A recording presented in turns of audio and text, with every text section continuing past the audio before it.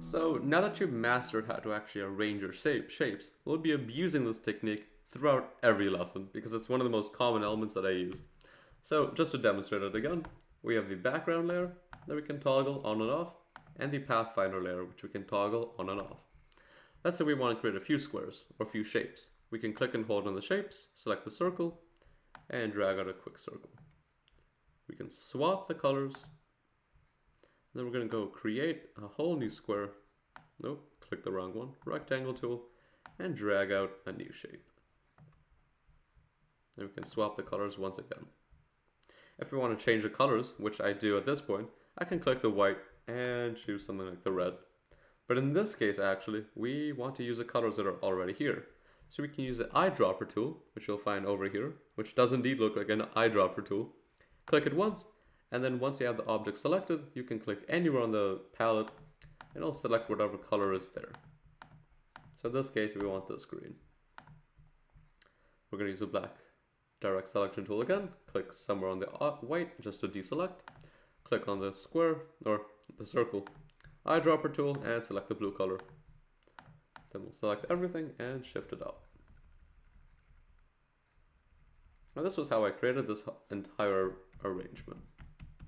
Now if we wanted to show the circle on the very top, we'd simply click the circle, command bracket, and put it on front. If we wanted to send it back, command and square bracket once again. So with layers being mastered, you can now create a variety of shapes, and using those shapes you can also cut them accordingly to get a whole new shape. Because in most scenarios, you won't want to manually create a triangle or very complex piece of a circle being cut 45 degrees up and 30 degrees down. That's too complicated. We'd use basic shapes like squares, circles, and triangles to create more complicated shapes. And this is where this important tool comes in, called Pathfinder. Now again, we can go to Essentials, Reset Essentials. It'll go back to the default. We're going to use these little arrows to arrange it to the center, this entire document. Click the arrow here to hide everything, and we're good to go. So now that we have our two shapes, we can do a variety of things with them. Cut them down, merge, only keep the overlapping areas, and a slew of other options. So let's try the very basic option. And to do that, we'll have to go to Window and go to Pathfinder. And I'm going to arrange it right here just for the sake of visibility again. So whenever we use Pathfinder, we have to give it a few shapes to work with. Just clicking Pathfinder here won't do anything. You'll get the arrow, the filter result produced no results. Please select two overlapping paths. And this just means that it needs two shapes to work with. And these squares and these circles, each of them is considered one path. So this is one path and this is one path. We need two overlapping paths to use this technique. So we're going to use a black cursor and select both of them, just by clicking and holding.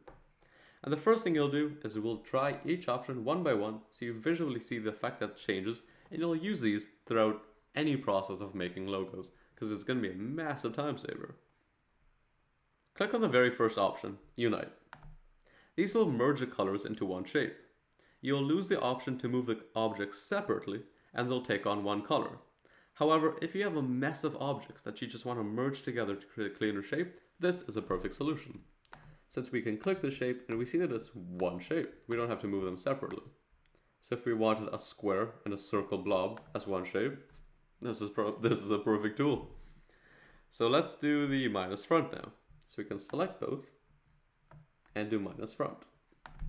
And this will take whatever object is in front and delete itself and that part of the object that is overlapping from beneath it. And you're left with a Pac-Man shape. Now, notice how creating this Pac-Man shape manually would have taken some precision and some luck. But in this case, we took two shapes and we created a new shape out of it. Now let's head over to the right a bit, select both shapes again, and let's do intersect. And this will leave just the intersecting objects. For exclude, you can select both objects again, click exclude, and the overlapping areas are deleted from both the objects. Quite a cool effect. Now these are the shape modes, and there's also another palette of Pathfinder modes found in the same tools option of Pathfinder, right here. So we can select both shapes again, and click divide. Now, this is a very interesting tool, and it's probably the one I use the most because I'm quite lazy and I wouldn't want to be doing everything manually. Before we use the divide tool, each object was separate. The circle belonged to itself and the square belonged to itself. You couldn't move the overlapping areas by itself.